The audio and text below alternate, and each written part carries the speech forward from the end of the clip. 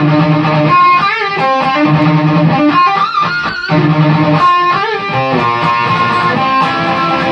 guys, it's Steve from Mantis here. You're listening to the Good Friends Better Enemies podcast, only on the Counted Out 7 YouTube channel. Jay, let's go!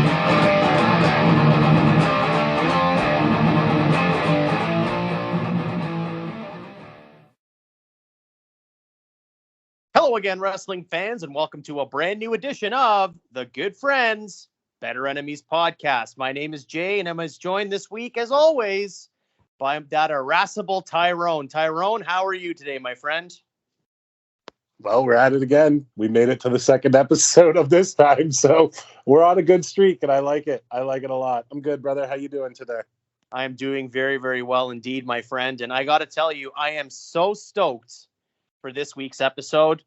As alluded to last week, low-key, one of my favorite pay-per-views, of my history of wrestling fandom, In Your House, Revenge of the Taker. I am so excited to finally be talking about this after all the episodes we've covered, all the events we've covered. Should be a fun night indeed. I don't know why you said it's low-key one of your favorite things. Like, we know it's your favorite. You said it was your favorite last week. If I had to guess, it's probably in your top 5 of all-time events. I think that's fair to say. Yes, I really very much enjoy this pay-per-view. Actually, I want to see if I can guess your top 5 just on the spot right now, just knowing you the way you are. I would say your top 5 would be this: Canadian Stampede, Survivor Series 96. Shit. There's definitely a WrestleMania in there somewhere, but like, part of me wants to say 9 because I know you love it so much for the same weird reasons that I do. So I'm going to go with 9, and I'll say SummerSlam 97. Oh, you came pretty close, actually. 9 wouldn't be in my top 5. I'd say SummerSlam 97 would be tied with 96 for me. There's definitely a WrestleMania in there. This is kind of like similar to those sidebar debates. We're getting to sidebars early this week. Holy cats. Like when I asked you the top 5 WrestleMania matches of all time, in your opinion, I mean, it's too hard for me to say. Like, I would say right now 5 events, and then they would change tomorrow. So I couldn't say to any degree of certainty what my favorite 5 events would be right now. But for sure, Survivor Series 96 would be in it. Does WCW Sin live on that list or no? It's a sin not to include a WCW event. Oh, I agreed. There are some great ones, but I felt like that one probably didn't make that. That's probably not even an honorable mention for you. No, I most certainly wouldn't make my list. There are some WCW pay-per-views that were really very good. Of course, probably my favorite would be Halloween Havoc 99. I know it's a bit of a train wreck, but I just have such nostalgic feeling for it. So that's one that I really enjoy covering. And when we did cover it, it was a lot of fun. Love to watch it as well. What about you, Tyrone? You have any favorite WCW pay-per-views that you can think of off the top of your bean? Like from top to bottom, or just for certain moments? Because if we're talking top to bottom, not really. Nothing comes to my mind. I'm not as big of a WCW person as you are. I'm not as familiar with a lot of this stuff. We've been over this, but I am going to say, just because of the history it made, I will say fucking Bash at the Beach 96. And I would say Halloween Havoc 97. And probably Starrcade 98. Those are ones that I do really, really enjoy watching. Yeah, those are good choices. I like those choices a lot. 98 overall was a pretty good year for WCW. I would argue 98 is better than 97 for me in terms of the storytelling. Well, maybe not the storytelling, but I just think I have more visceral memories of 98 than I do 97. I wasn't that much of a WCW fan in 97. I sort of became the debut of the Worm, Dennis Rodman. Sorry, what's that? Dennis Rodman in WCW. That was 98, was it not? Of course, that's the best year. It was 98. He was also in there in 97 too. But yeah, for me, I just don't think I was all that invested in WCW 1997 because I didn't get a lot of it. As we've talked about before here in Canada, it was hard to find WCW programming. And it was more readily available in 98. So I think I got more familiar with it at that point. Whereas with the WWF, I was always very much invested in the product since the moment I started watching. So that's pretty much where I land on WCW in terms of pay-per-views. Yeah, when it comes to WCW, I'm definitely more of a certain moments stick out than full events. It's just, I couldn't tell you an entire card for any pay-per-view ever from WCW. And I know that that's probably frowned upon by a lot of people, but it's just not it's what you said. We couldn't really watch it. Pay-per-views weren't really a big thing when I was growing up. We had to go and rent the black box or find an illegal black box source somewhere. And it just was a hassle. Like, you actually had to physically drive to your cable company, get this thing, put the deposit down on it, hook it up. Sometimes it didn't work and you had to go back and get another one. Whereas nowadays, you literally just turn on the network or stream something and press play. It's a lot fucking easier to find this shit than it was when we were kids. Yeah, I agree with you 100%. I'm sorry, you just popped me with the word hassle. I haven't heard that word in forever. Ladies and gentlemen, we are covering Hasslemania this week. No, we're not. We're covering Revenge of the Taker. Yes, we are, which is on the heels of Hasslemania 13, which took place on March 23rd, 1997, from the Rosemount Horizon in suburban Chicago. Tyrone, you're the one that booked WrestleMania 13, the illustrious 13th edition of the grandest stage of them all. Can you catch us up on where the heck we left off in 97? Yeah, I'm sure it was a bit of a hassle having to book this after the bullshit that I pulled on you. But yeah, we left WrestleMania 13 with Jerry the King Lawler defeating Dwayne The Rock Johnson for the Intercontinental Championship. We had a number one contenders match between Sid and Vader, with the winner getting the title shot on Raw the next night. So I'm very curious to see if that's going to come into play at all today.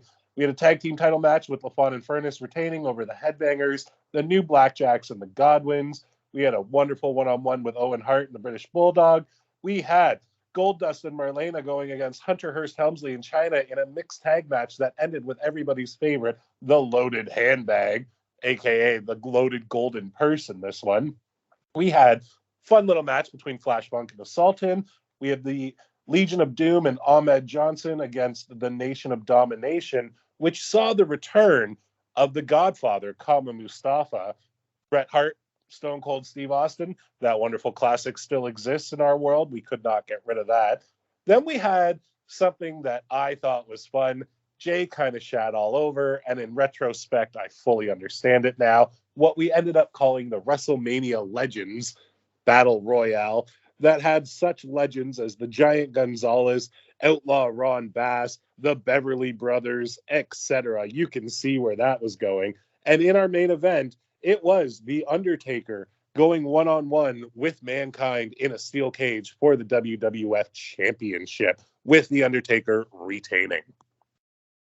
Yes, indeed. It was a loaded card that night in Chicago. We had a lot of fun discussing that particular card. I went back and re-listened to that episode in preparation for tonight's offering. Now, Tyrone, in terms of In Your House, Revenge of the Taker, where are we emanating from on this fateful night in April of 97? Well, we're not in Saginaw this time. We're actually in a town that I've heard of.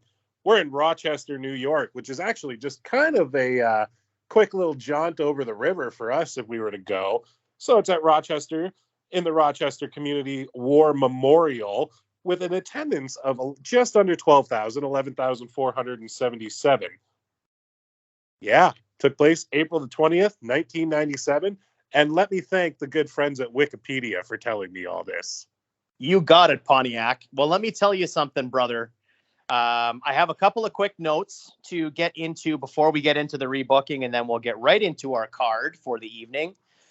Just want to remind you folks that in canon, Sid had a lower lumbar injury, which precluded him from participating in WWF action for the foreseeable future. He wouldn't return until June of 1997. And Vader is jailbait right now. Vader is stuck in Kuwait, so he will not be a part of this particular card either. What? Hold on. Oh, did you just call Vader jailbait? I did. There's a fucking sentence I've never heard in my life. Good old fucking middle-aged jailbait Leon White over there. God damn, Jay, you reached with that one. Well, at least I didn't reach around. Ayo. Oh, that's funny. That's good. That popped me something fierce. That was better than Hassel. Oh, all right. Just keep going, bud. Let's see. We're already off the rails. I don't know how the fuck we're gonna do this one today. And we're not even drinking, folks. So that's we are not. We are not. Well, let's start it off with the free-for-all, Tyrone. What was on the free-for-all for this particular event?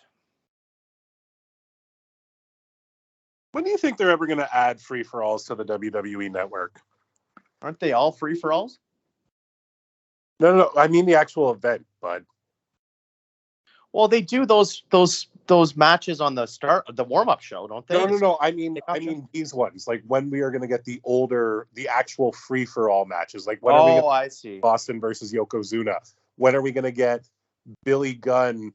Hold on. Let's see if my memory serves me right here. Billy Gunn, Salvatore Sincere, the Sultan, and Justin Hawk Bradshaw versus Bart Gunn, Road Dogg, Aldo Montoya, and oh my God, why can't I remember the other one?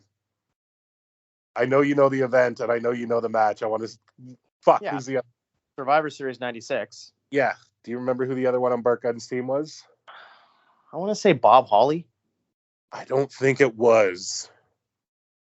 Oh, I don't know. I can't recall. Yeah, me either. It's gone forever. It's going to come to me it'll be mid-show and I'll just scream out a name. It'll come to me.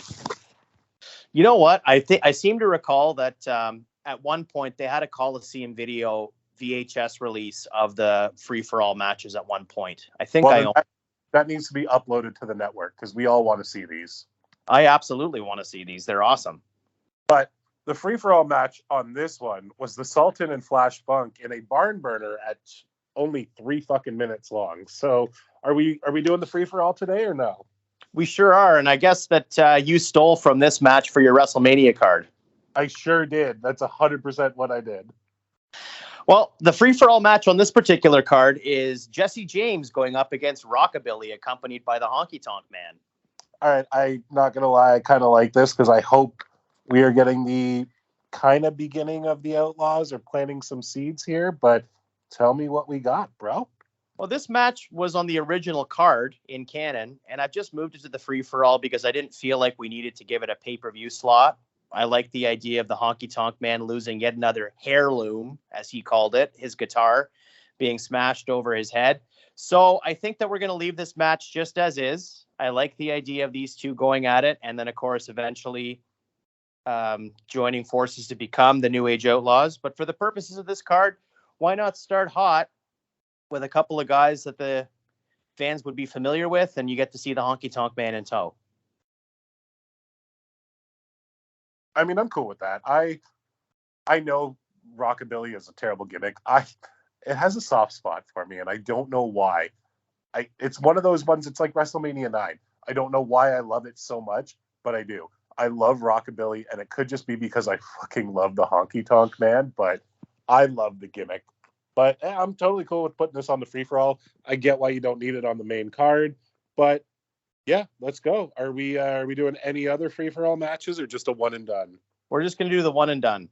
All right, well, time for the main card. And our opening contest on the original Revenge of the Taker is for the WWF Tag Team Championship. It is the Legion of Doom, Animal and Hawk, going one-on-one and defeating on this one Owen Hart and the British Bulldog. The opening contest on Revenge of the Taker is for the World Wrestling Federation Intercontinental Championship. And it is your champion, The Rock, Rocky Maivia, going up against Too Sexy, Brian Christopher. How'd we get here? On the Raw following Mania, Rocky Maivia recaptures the Intercontinental Championship from Lawler. This time, Rocky Johnson was at ringside to keep an eye on Lawler's antics. After the 3 count, Brian Christopher makes his presence felt, shoving Rocky Johnson headfirst into the ring steps. As Maivia is checking on his dad, Lawler and Christopher double-team Rocky, leaving him laying. The following week on Raw, Rocky challenges Christopher to a match. Lawler grabs the microphone and suggests that if he wants to get his hands on Brian so bad, he's going to have to put up the gold. At In Your House, the match is signed. The ensuing weeks see Lawler and Brian causing distractions and costing Rocky matches via countouts, disqualifications, etc. In Rochester, the 2 men start off hot. With Brian already in the ring and Lawler at ringside on commentary, Rocky sprints to the ring. The 2 exchange rights, with Rocky getting the better of Christopher. Rocky then executes a drop kick followed by a Samoan drop. After a near fall, Lawler, now on his feet, taunts Rocky from the announce position. With Maivia's attention turned, Brian hits a drop kick of his own, sending Rocky shoulder first into the ring post. With Maivia's attention turned, Brian hits a drop kick. Oh, sorry, I just repeated myself there. Christopher distracts Jack Doan.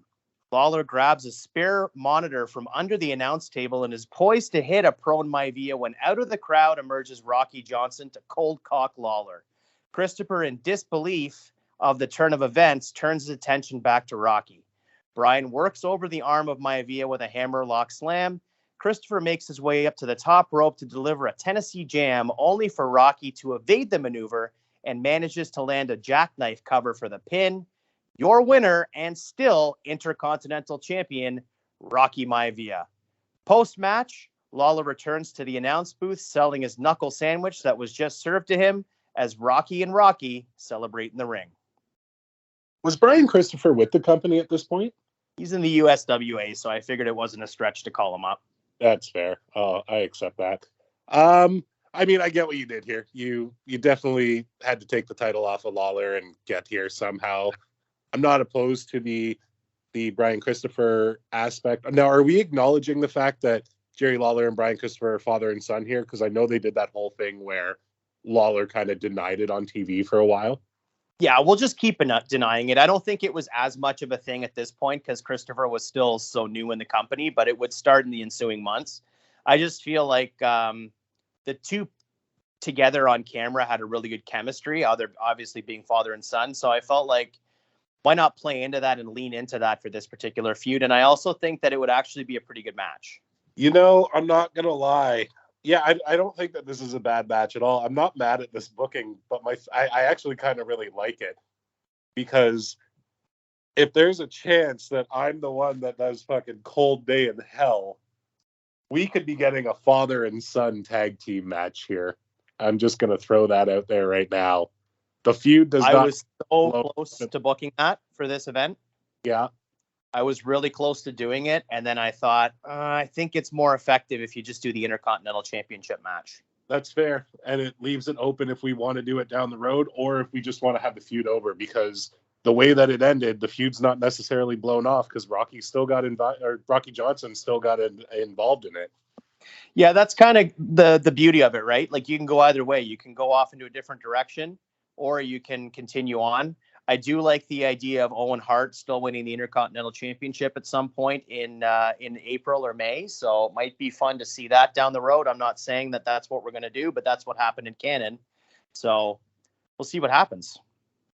Yeah, I'm not mad at this at all because it does leave a lot of possibilities open there, and it gives us Brian Christopher in a fresh face role. We really wouldn't see him realistically in the WWF till 98, right? No, he was there in 97. He was there very shortly after this, actually. So I guess they started doing the light heavyweight tournament at the end of 97, didn't they? I think he was in the company in the summertime.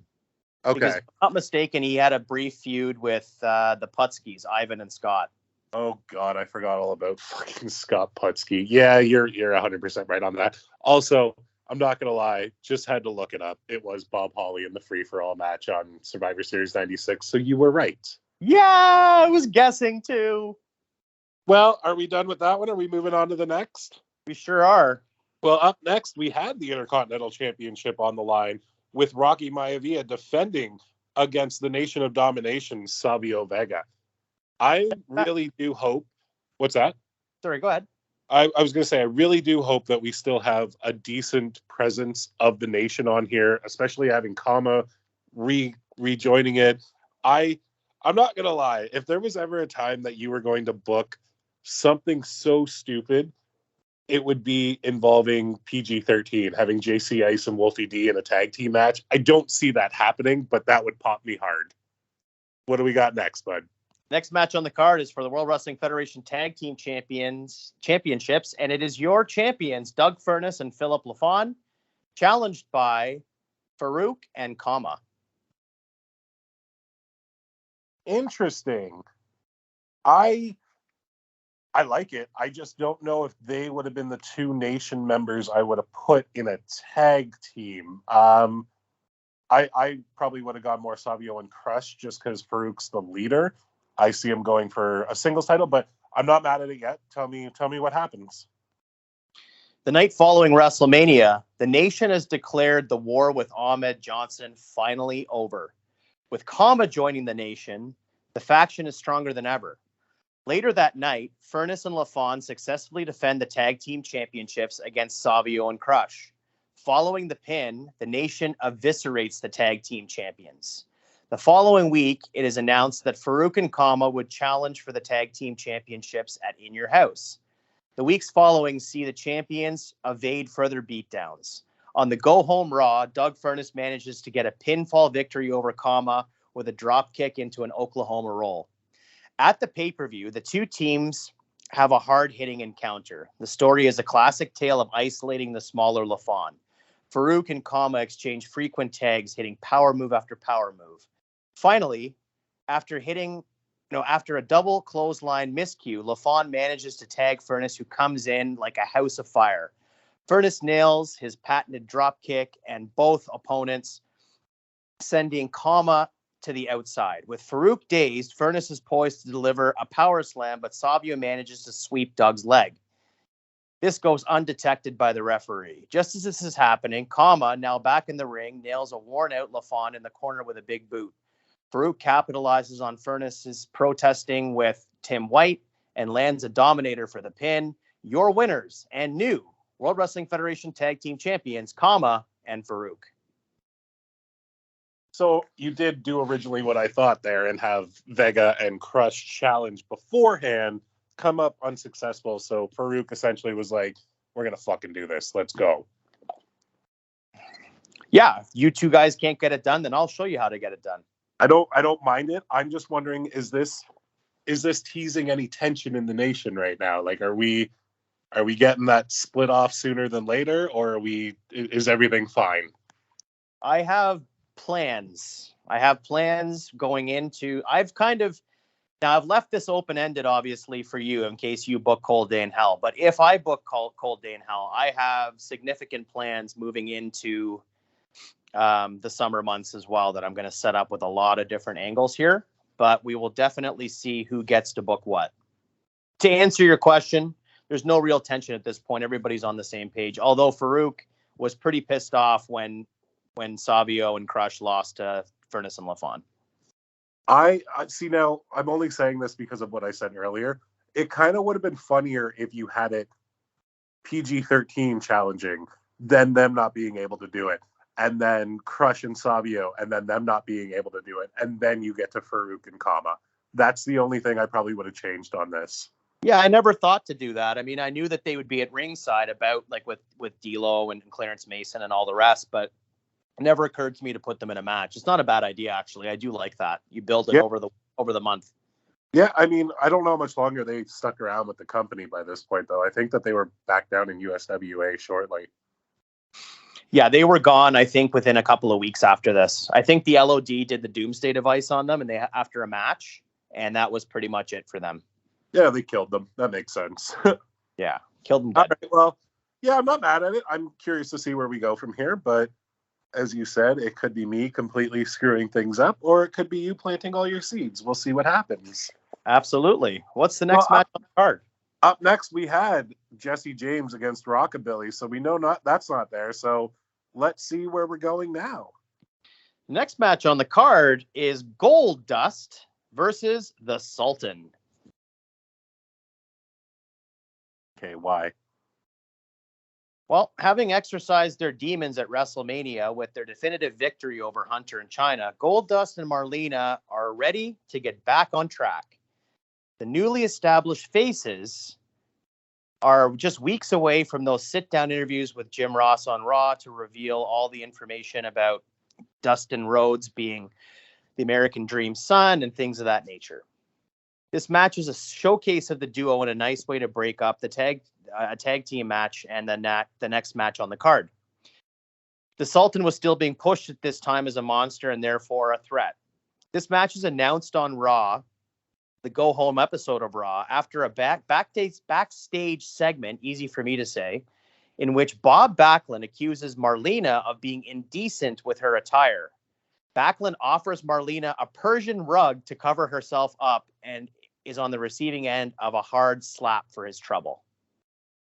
Goldust carries much of the offense in the match. A few clotheslines, a hard uppercut, rock the Sultan. As Goldust builds up momentum, the Golden One is countered with a thrust kick and a sidewalk slam for a near fall.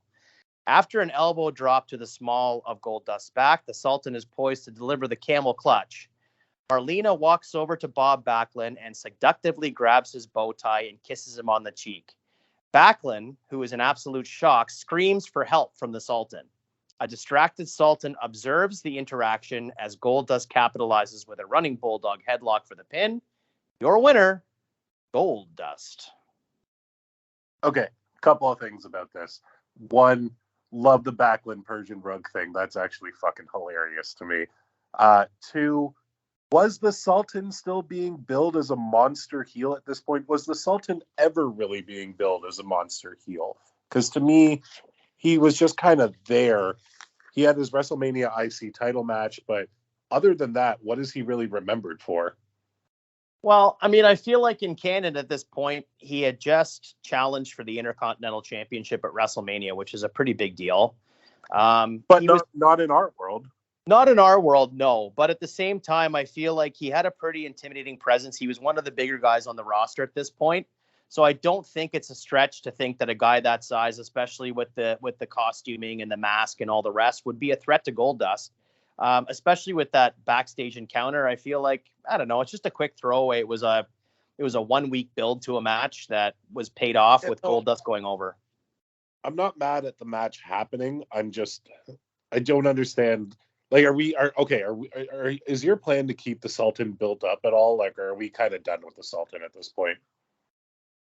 I feel like I want to keep him to a level where he can still fill in gaps in a heel role for matches like this, like popcorn matches, what have you. Exactly what would happen to him in 3 or 4 years, but in a face role, when Rikishi would just fill the fucking spot sometimes here and there. Yeah, exactly. I want to keep him elevated enough on the card that he means something, but he's certainly not going to get much past a certain point with this gimmick. So what do you think? Put him on a card here and there. I think you need to kind of keep him on TV at least, right? What do you think's more believable, the Samoan playing the Iranian or the Samoan playing the Japanese monster? The Samoan playing the Japanese monster. Which it's just funny though, because knowing what we know now, you look at Yokozuna and you're like, no, he's definitely not Japanese. But if you look at the Sultan, because of the mask and the hairstyle, you would have no idea unless you knew that was fucking Fatu. Honestly, with Yokozuna, if nobody had told me, I never would have known. And I think it was more when he was a little bit smaller, when he first debuted and he had the cleanly shaved face. I wouldn't have known. I was a kid, mind you, but I'm not like, as kids, obviously we wouldn't have known. Why would we? We were told to believe something, we're going to believe it. But as borderline middle-aged men right now, looking back on it, does Rikishi not seem like a more believable non-Samoan character than Yokozuna? I guess it depends in what context you put it. Like with a mask on, like yes, like with this, the then on it, yeah, and probably the whole visualization of both of them. With the mask on, I would say yes. With the mask off, I would say no. All right, that's totally fair. Well, now that we're done with our fun little Gold Dust match, because I'm happy he's on the card always. Up next, we have the WWF title match with The Undertaker going up against Mankind. Next match on the card is a 6-man tag team attraction, and it pits Owen Hart, the British Bulldog, and Jim the Anvil Neidhart going up against the Legion of Doom and your World Wrestling Federation champion, The Undertaker. Okay. Okay. I don't even really know what to say to this right now, but walk me through it. Was Anvil was there by now, right? Like, we're not. He wasn't there quite yet, but I brought him up a little bit early. He'd be there in like 2 weeks after this. Okay, that's fine. I'm kind of shocked that you put Taker in a, I don't want to say a throwaway 6-man because it's not, but if you told me in 1997 I would be watching a match with The Undertaker as the WWF champion, technically going against Jim the Anvil Neidhart, not sure I'd want to see that. Well, you have to remember there is some precedence for this, that there's been times in the past where champions have won the title at WrestleMania and then not defended it in the following month. There's been other it's happened quite recently. Like, I don't know, the first one that comes to my mind, it's not, I guess it's not really that recent. It's almost 20 years ago, but Triple H and Booker T. They were in a 6-man tag match at Backlash right after. Yep, exactly. So I think it was that big a deal. No, I'm not saying it's a big deal. I'm just kind of shocked that you did this. Like, I thought for sure you would have had Taker go in a singles match against somebody, just knowing you, and have him just coming out super strong. Like, I get why you're doing this. Don't get me wrong. 100%, you don't need the title on the line all the time. Good to still have the champion on the card. It's just strange to me putting them with the LOD, who are also super over faces. They don't need The Undertaker. The Undertaker doesn't need them, but I'm very curious to see where we go. Yeah, it's hard because, like, obviously, if I was able to, I would have kept that original Undertaker Mankind match. But since we had just done the Steel Cage the month previous, I just didn't feel like we could go back to that well again on this pay-per-view. That's totally fair. I'm also kind of shocked we haven't seen Foley on this yet, and I don't know if we're going to, but walk me through this 6-man then. All right. So the night after WrestleMania, The Undertaker successfully defends the championship against Vader. Following the match, the dead man is interviewed by Vince McMahon. Vince informs Taker that the number one contenders match between Austin and Hart, spoiler alert, that is the next match on the card, will determine the next challenger for the championship. Undertaker thanks the creatures of the night for their unwavering support. Suddenly, Paul Bearer appears at the top of the stage. Having tended to Vader, he interrupts. Bearer reveals that he still remembers the family secret. Bearer explains that if The Undertaker isn't careful, he may lose more than just his championship. He may lose all that is dear to him. Bearer explains this isn't about Mankind or Vader any longer. And, quote, "You, Undertaker, my old friend, have a debt to pay. A debt that has been burning in my soul for decades. It's time to collect that debt, dead man." The following week on Raw, The Undertaker is in action in a non-title contest against Owen Hart. This was the main event after the Hart Foundation reunited earlier in the evening. As the match draws to a close, Bret and Bulldog attack The Undertaker. The show closes with Bret holding the title in the air as Bulldog and Owen pummel the dead man. The following week, Bret explains that he is so confident he will defeat Steve Austin that he has set his sights on softening the champion. Later on, The Undertaker goes one-on-one with the Bulldog. The Harts are barred from ringside. As the dead man is poised to deliver the tombstone, Jim Neidhart emerges and attacks The Undertaker. The Bulldog is disqualified as Bret and Owen make their way down to ringside as well.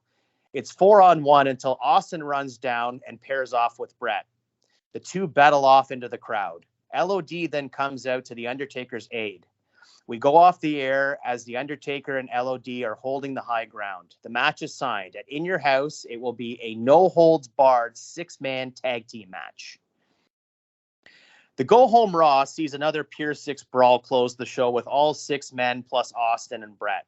In Rochester, the Harts are out first to a chorus of boos. Next, the LOD emerges from the garage and hold the middle of the aisle and await the Undertaker. We cut backstage and find Paul Bearer screaming at the Undertaker that he will live to regret his decision. Finally, the gong hits and the dead man makes his way to ringside with LOD in tow. The 6 men pick up right where they left off on Raw. Owen is paired with Animal. He lands a hard spinning heel kick for a near fall. A quick tag to Bulldog allows Manchester's favorite son to land a standing suplex. Hawk, having seen enough, enters and clears the Hart's corner, only to be on the receiving end of a vicious clothesline from Davey. Meanwhile, Animal manages to take the tag, and the Undertaker comes in to clear the ring of the Bulldog. Anvil nails Taker from behind with a chair. Owen and Bulldog are now brawling with LOD at ringside. The Undertaker has been dropped to a knee with the chair shot and is being worked over by Neidhart. The Anvil sends Taker into the ropes for a clothesline, but is countered into a DDT. Taker then sits up. Meanwhile, the Harts and LOD are brawling into the backstage area. The Undertaker lands a chokeslam and delivers a tombstone pile driver for the pin. Your winners, The Undertaker and LOD. After the pin, The Undertaker is awarded the title by Earl Hebner. As the dead man goes to pay his respects to the creatures of the night, Paul Bearer emerges again and has a photo album under his arm. The Undertaker has seen this book before. Bearer makes his way to the ring steps and threatens to set the book on fire. The Undertaker warns Bearer not to do it, but it's too late. With the top of the book ablaze, the Undertaker, seemingly in an attempt to put the book out of flames, kicks the book out of Bearer's hands, sending the book and Bearer to the ring floor with Uncle Paul landing face first on the flame. We see Paul Bearer in excruciating pain with his suit jacket over his head. EMTs are attempting to assist. The Undertaker mouthing the words, "What have I done?" Is Paul Bearer blonde at this point or no? Not yet. He's still in the full Crypt Keeper regalia. This is a weird booking to me. Like, I get where we're going. We're teasing Kane earlier than normal, correct? No, I don't think so. I mean, this stuff was already starting at this point. And you have to remember that in canon, The Undertaker was burned by Mankind the night after Mania on Raw. And then The Undertaker burned Paul Bearer's face at this particular pay-per-view as well. So I felt like I still kind of wanted to have that thread there, but just do it in a different way. The first time they did it with flash paper. And I thought that this might be a kind of a better way to do it. Yeah, I mean, I'm not mad at the way you got there. I'm not sold on this match. Like I said, I get why you did it. I just think that this is too many powerful faces on one team, and it's not believable in any way, shape, or form that Hart, Bulldog, and Neidhart would stand a chance. I just don't think it is. Like, Bulldog's established, Owen Hart's established, but Jim Neidhart to me was always kind of I don't want to say the joke of the Hart Foundation, because that's not the right term, but he was the one that he was there. He was never going to amount to a number one contender. He was never going to be a big draw. He was just there. And go ahead. No, I was just going to say that's based on the booking as we saw it. I mean, you could book him in a much different way. You have to remember that in the original Hart Foundation with Brett and Jim, he was the powerhouse guy. And he was a big, imposing athlete. So I absolutely think that presenting this new faction of the Hart Foundation, Brett, Owen, Jim, and Davey, I absolutely think that it holds up. I understand why you think that Neidhart might be the weak link in his team in terms of star power. I totally get that.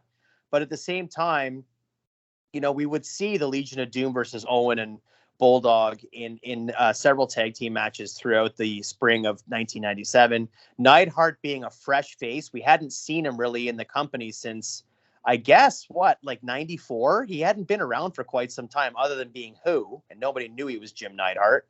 So I kind of feel like it kind of gives Jim Neidhart a shot in the arm as well. I get why you did it.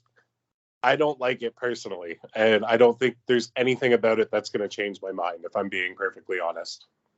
That's totally fine. I was scratching my head, racking my brain, trying to figure out who to have the Undertaker challenge one-on-one. I didn't want him to go up against a Hart Foundation member one-on-one. No, but instead you put him against who? Who? Exactly. Yeah, I don't know. I thought about Ulk. I thought about Farouk. I thought about Helmsley.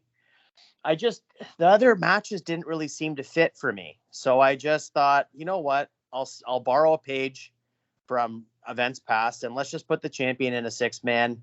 I get what you're saying, but at the same time, I will say the last thing I'll say in defense of this match is that the company at this point was struggling, especially with the competition on the other channel with WCW. So if you can load up a match with a lot of star power, then I don't see any problem with it. That's fair. I totally see your argument, and I get it. I really do. Like, when you, obviously, as you said already, we're keeping Brett and Austin. Sid couldn't go. Vader's fucking jailbait somewhere, to quote you, and in Kuwait, of all places, too. And Foley, we just blew off that feud. So I get it. You don't really have much of a challenger for Taker for this pay-per-view. So I understand putting him in a 6-man. But what could have been fun, just for us inside kids, you could have had him tag with the Godwins, and it could have been actually a BSK thing. Yeah, I didn't really think, based on where the Godwins were at this point, that would have made any sense. I get what you're saying. It didn't even occur to me, but I understand what you're saying. I guess the Godwins were heels at this point too, weren't they? Not yet. No, they weren't heels quite yet. They wouldn't be heels until the summer of 97. Okay. But yeah, I thought that could have been fun. That's the only thing that I potentially would have changed, because the Godwins were still heavy fan favorites. Like, people love them. It's ridiculous how over they were. And then you could have had LOD maybe somewhere else on the card, or maybe have them in a dark match somewhere at the end of the show, like they do with the In Your Houses. I get it. I know the Godwins were on a dark match on the original one, but you could have swapped. That's the only thing I really would have changed. Yeah, no, I hear you. I absolutely hear you. Yeah, I mean, had Vader been available, I think that would have been the logical match to go to, is Vader versus The Undertaker for the title. Yeah, especially because you'd had him win the number one contenders match. Could have very easily done some sort of a schmoz finish on the Raw and then forced the match on pay-per-view. But it wasn't in the cards because Vader wasn't around. Yeah, that's totally fair. Yeah. All right. So what's the next match on the card, sir? It's our main event. Bret the Hitman Hart and Stone Cold Steve Austin for the number one contendership of the WWF Championship. Next match on the card is for the number one contendership of the World Wrestling Federation Championship. It is Stone Cold Steve Austin versus Bret Hitman Hart. Are we keeping it the same, or are we changing it up? There's a couple of changes here. Obviously, the night after WrestleMania, Gorilla Monsoon decrees that based on the closing moments of Bret and Austin the night previous, the two men will meet in a rematch that will determine the new number one contender. The following week on Raw, just as in canon, the Hart Foundation reforms. The build to this match is largely the same, although we're going to include the Undertaker and LOD in the storyline. The match stays the same, more or less. However, when the Bulldog and Owen interfere, causing the DQ, LOD returns to run them off. As Austin has the sharpshooter on Bret for several minutes, the Harts manage to pull Bret away and help him back to the backstage area. Neidhart is not involved, having just taken the tombstone in the match previous. Your winner, Stone Cold Steve Austin. Yeah, okay. So I like that we kept the win the same. Excuse me for 1 second here. I thought you were chirping me for a second. I wasn't sure what you were saying. No, I had a tickle in my throat. Had to cough it out. But I like that you kept this. It makes it makes sense. This was the main event, right? Like, this was the last match on the card. Yeah. Yeah, I'm totally cool with this staying. Now, here's one thing that, because obviously when it comes to 97 WWF, you are way more in the loop than I am. But do we have, like, I know what happened at Cold Day in Hell. I know that it was Austin versus Taker, but do we maybe put the title on Steve Austin already, or do we think it's too early to pull that trigger? I think it's way too early, personally. I mean, Okay. Obviously, if you book Cold Day in Hell, it's totally your call. Mm-hmm. but I feel like it's way too early to put the title on him. Okay, that's fair. My opinion. Yeah, no, that I kind of agree with you, just because Mania 14 was perfect. The whole Mike Tyson thing, like everything about that was great. The other thing about this too is you have to take into consideration that based on this particular event, like there's a lot of different ways you can go with this. It doesn't necessarily mean that this has to be the next championship match at In Your House. We could do this in 2 weeks on Raw. We could do it the next night on Raw. I mean, yeah, but I hate doing that. I hate somebody winning a number one contendership unless they say it's for the next night on Raw. I want it to be the next pay-per-view. I want them to be setting that up. You know what I mean? for sure. Absolutely. And so I think that as well, if you look at the way I've booked this card, obviously,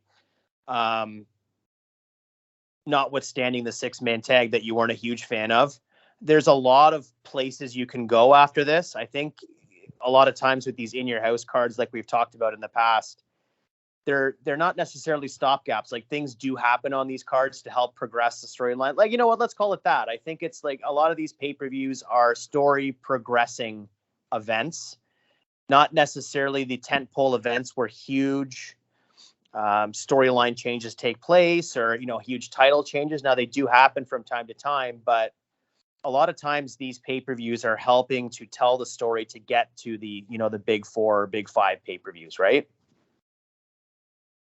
Yeah, it's kind of the same purpose that once we hit the Ruthless Aggression area in 2002, 2003, the Bad Bloods of the world, the Judgment Days of the world, the Unforgivens, they were never really the marquee pay-per-views. They were there to maybe have a title change here and there or to further storylines.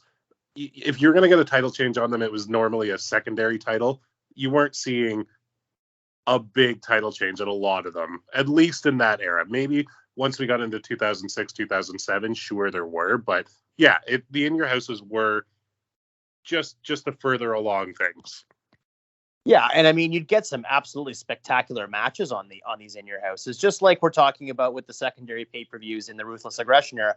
As you were talking about that, the one title match that I can think of where there was a title change was Unforgiven 2003 when Goldberg beat Triple H. And then, of course, we had the Randy Orton, Shawn Michaels match on that card. That was actually a really good pay-per-view, that Unforgiven 2003. It's funny because the one I thought of was a little bit later, but it was also an Unforgiven, and it was Edge and Cena in the TLC. Oh, yeah, that was a Unforgiven, wasn't it? Yeah, I forgot so Unforgiven, God, maybe that's the unsung hero of pay-per-views. It is a really, really good pay-per-view, all things considered. I mean, the first Unforgiven, we had that Dude Love Steve Austin match. We had the first Inferno match. Yep. Then we had the second Unforgiven. We had that 6-pack challenge for the championship with the Kennel from Hell. So, yeah, we're on a roll. We sure are, bud. We sure are. Well, overall, not a bad booking. I enjoyed some of it. I actually, not some of it. I enjoyed a bunch of it. There was a couple of things not a big fan of, but I do like that we have some open-ended things that we can figure out where to go. SummerSlam could be fun. That's where our next major, like, yeah, King of the Ring, but I don't count King of the Ring as a major. Never have. Yeah, I think that if it had been set up differently in the beginning, like say if we had like a Hart Hogan match at the first King of the Ring, that might have set up bigger things in the future. I mean, I can't really think of one King of the Ring where there was like a real big time marquee championship. Not championship, but I mean, fucking Foley Taker Hell in a Cell was King of the Ring. Well, of course, yeah. I mean, there's been some really, really good matches on King of the Ring. Don't misunderstand. In fact, my favorite Bret Hart Mr. Perfect match was at the '93 King of the Ring. But I can't. Yeah, not one of those pay-per-views where we typically have, you know, dream match scenarios. Although with our booking, and who knows. But I think that was also done because they wanted the tournament to kind of be taken as a big deal. So they really didn't want to overshadow it with a big title match. Like Yokozuna's Hulk Hogan at 93 could have been a big match. It was a fucking disaster. We know that, but it could have been big. It could have been big for sure. I think that you're right. I think in the beginning, the infancy of the pay-per-view, they wanted to emphasize the tournament rather than the championship matches. But I think that what happened was that through the course of time, the tournament concept became a little bit secondary to the singles matches on the card. And so at that point, kind of both the tournament and the matches were sort of on equal footing, and neither one of them were, big time box office. I think 93 and 94, you can consider the tournament as the main attraction. 95, I think Mabel just honestly ruined it. I'm not going to lie. Like, I'm not trying to sound like a dick. I think Mabel ruined the King of the Ring, period. Like, for future. I don't know. I still feel like 96 and 97 were really but solid. Here's the thing. Like, 96 and 97 were both, like, the results of it were great. But I hated the fact that we only had the semifinals on the events. Yeah, I agree with that, but I also did like the opportunity to see the matches for the tournament on both Raw and Superstars.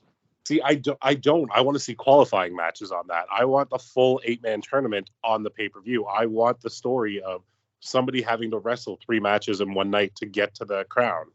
Yeah, that's fair. I'll give you that, but I think that by the time we got to 96 and 97, the tournaments were larger. If I'm not mistaken, 96 might have been 12. I don't remember off the top of my head right now, but well, if you count qualifying matches, then they were all like 16-man tournaments.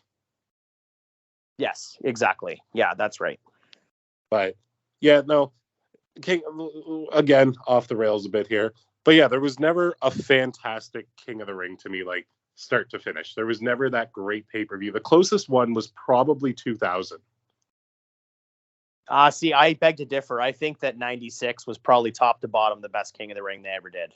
I don't know, man. 2000, when you have Kurt Angle was the star of that event, period. Like, he won the fucking tournament. Wait, is that 2000 or 2001 where it was him and Shane? Him and Shane was 2001. That's the one I'm thinking then. That's the better one. Yeah, well, Kurt Angle won 2000. He didn't win 2001. 2001 was Edge. No, but 2001, he made it to the semis, so he still wrestled those 2 matches, and then he had his fucking match with Shane. That's right, yeah, and that's a match that does not get talked about enough. Shane and Kurt Angle is an amazing match. It's definitely Shane McMahon's best match, hands down. I can't argue that. And when we get to do that down the road, I hope we don't touch it. That's all I'm gonna say. We might change the build to it, but I wouldn't want to change the match either. No, not at all. Even like those horrible spots where you could tell they were fucking up, they made that story so much better. 100%. Even with the glass, the glass and stuff. Oh man, that almost made the match, right?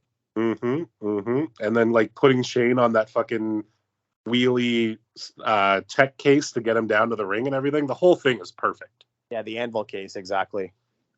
Well, back to, that's 2000. We'll get there at some point. Back to 1997.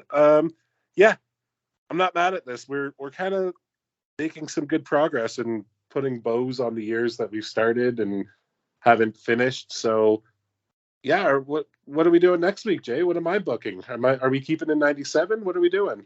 Now, I thought that maybe we'd jump around a little bit. We're going to, as we alluded to last week, folks, we're going to try to finish up the years that we started earlier in the year before our hiatus.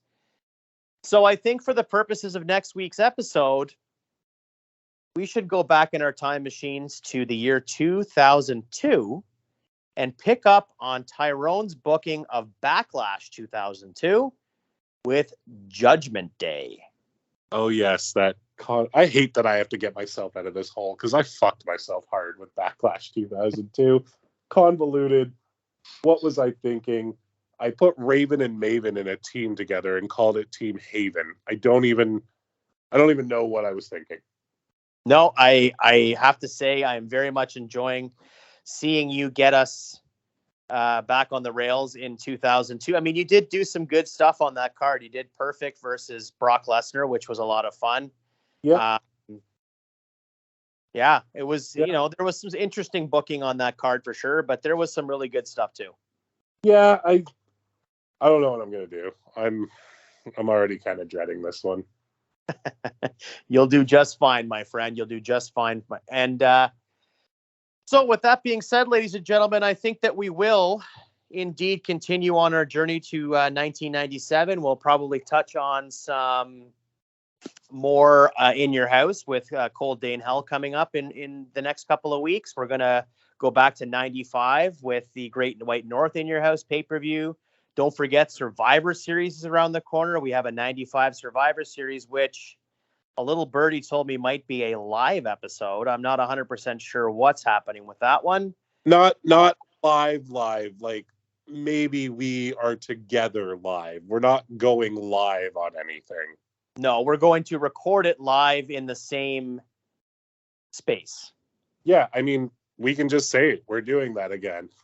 We haven't done that since SummerSlam 93. We're going to do it again for Survivor Series 95 with all those fun wild card matches. Well, we didn't record a podcast on the day of SummerSlam 93. We recorded last summer for the episode of SummerSlam 93. Yes, sorry I didn't specify that we didn't record a podcast in 1993. Okay. Well, I just wanted to make sure that everybody was clear on it because I didn't want to get fact-checked later on. If anybody was seriously thinking that, grow the fuck up. Tyrone, people think that we're in our 60s. I mean, I do look it. I get it. No, you don't look it. You don't look a day over... Well, that's another conversation for another time. Ladies and gentlemen, thank you very much for joining us for another edition of the Good Friends, Better Enemies podcast. Tyrone, where can our listening audience find us on social media? On Twitter at good underscore enemies. On Instagram at good double_underscore enemies. Facebook, the Good Friends, Better Enemies podcast. Everything else you can find at countedout7.com. Make sure you support the boys and their t-shirts at prowrestlingtees.com/countedout7. And maybe we'll do a TikTok coming up. I mean, if we're going to be together in a little while watching Survivor Series, who knows? Maybe we'll try and join the new wave of social media. Sounds good. I'm very much looking forward to that. Hey, do you think that we've started to shake off some of our ring rust here? Or are we still a couple of weeks out from that? Let's get through next week and see how we go.